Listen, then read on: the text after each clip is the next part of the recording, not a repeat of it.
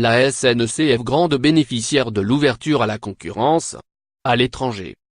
La SNCF est un service public, donc on dit non à toute concurrence.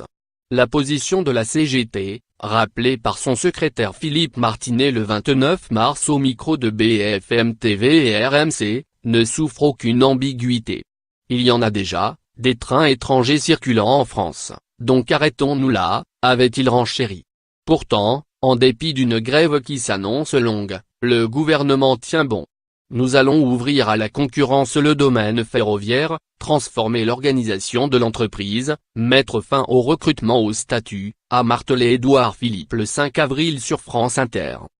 Lire aussi, libéralisation du rail, les conséquences en Allemagne et en Grande-Bretagne. En cette période de grève et de débat sur le péril que représenterait, ou non, la libéralisation du transport ferroviaire, il est une donnée que les syndicats omettent de mentionner. La SNCF profite déjà à plein de l'ouverture à la concurrence, mais à l'étranger.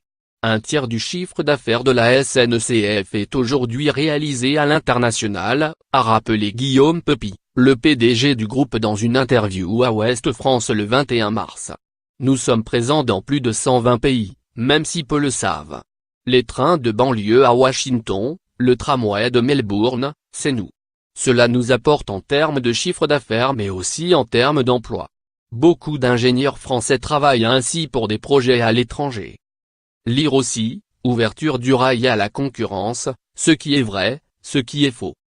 D'après les informations transmises par la SNCF au Figaro, le chiffre d'affaires réalisé à l'étranger en 2017 s'élève à près de 10,8 milliards d'euros, voir carte ci-dessous, sur un chiffre d'affaires total de 33,5 milliards, en croissance de 4,2% par rapport à 2016. Il y a 10 ans, l'international ne représentait que 12% de l'activité de la SNCF. Et dans son rapport annuel, le groupe affirme vouloir atteindre 50% de son activité en dehors de la France, dont la moitié en Europe. La SNCF est naturellement très implantée en Europe ou, hors France. Elle affiche un chiffre d'affaires de près de 6,6 milliards d'euros, dont 2,5 milliards uniquement au Royaume-Uni.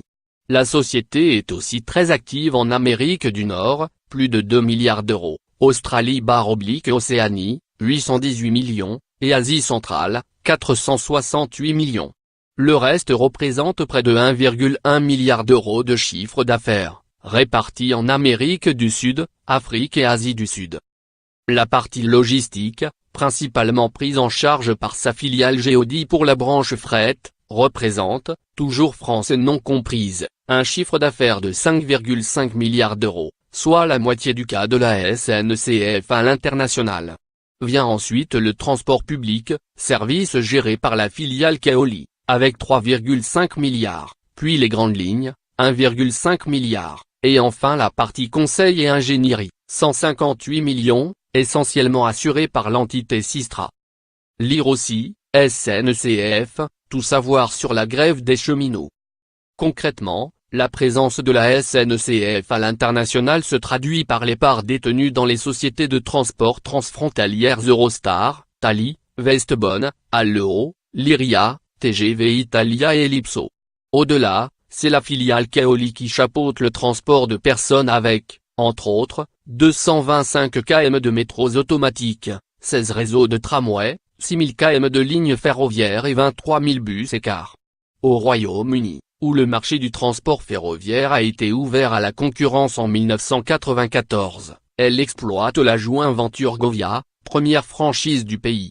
Elle est aussi présente au capital des trains Keolis Med Auckland et du métro léger de Manchester.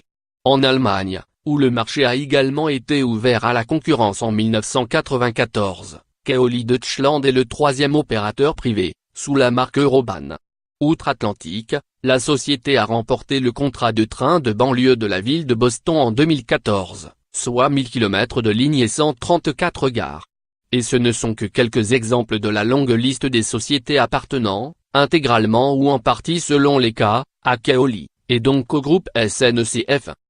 Cette forte implantation à l'international est sans conteste la grande réussite de la SNCF ces dernières années. En 2014, le groupe ne devait d'ailleurs sa croissance qu'à ses activités à l'étranger. Aujourd'hui la direction s'enorgueillit d'avoir redressé la barre grâce à une politique de réduction des coûts. Mais reste toujours la délicate question de SNCF Réseau, dont la dette atteint 47 milliards d'euros. Les syndicats de cheminots exigent que le projet du gouvernement d'ouvrir le réseau ferré à des sociétés concurrentes de la SNCF soit abandonné. En ce cas, et pour gagner en cohérence, ne devrait-il pas également réclamer que la société se débarrasse de ses activités à l'étranger et cesse ainsi de profiter d'un marché livré à la libre concurrence? Mais peut-être sont-ils trop conscients de la nécessité pour leur employeur de trouver des débouchés rentables.